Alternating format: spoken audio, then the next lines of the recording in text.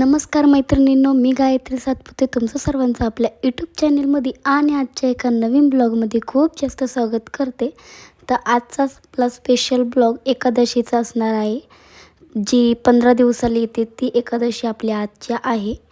तर इथं आपलं क्रेयॉन्सचं फोटोशूट आपण घरच्या घरी छान असं नॉर्मल सिम्पलवालं करणार आहोत. तो त्याचा व्हिडिओ आहे, तर कंटिन्यू करा आणि शेवटपर्यंत नक्की पहा.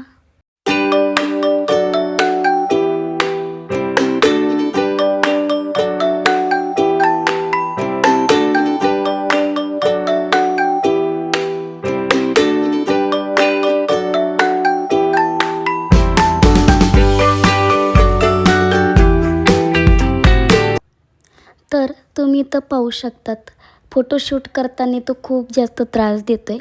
आणि त्यांनी पहा आमच्या किट्टू दिदूची चप्पल घातली. त्याला मी कोल्हापुरी चप्पल देते, पण त्याने ती नाही घातली. त्याला ती नको आहे, त्याला दिदूची चप्पल घालायची. इतकी मोठी चप्पल घालून त्याला पुढे चालायचं आहे.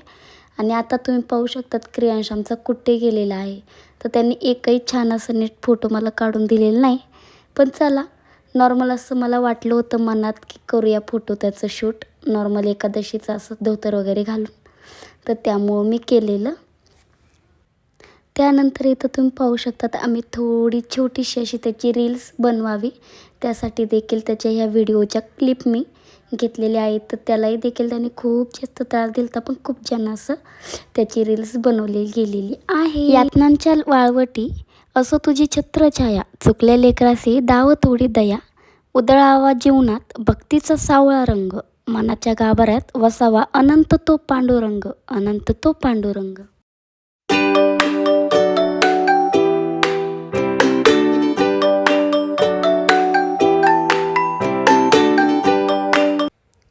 तर अशा प्रकारे इथं आमचं पिल्लूचं फोटोशूट आम्ही नॉर्मल सिम्पल असं झालेलं आहे.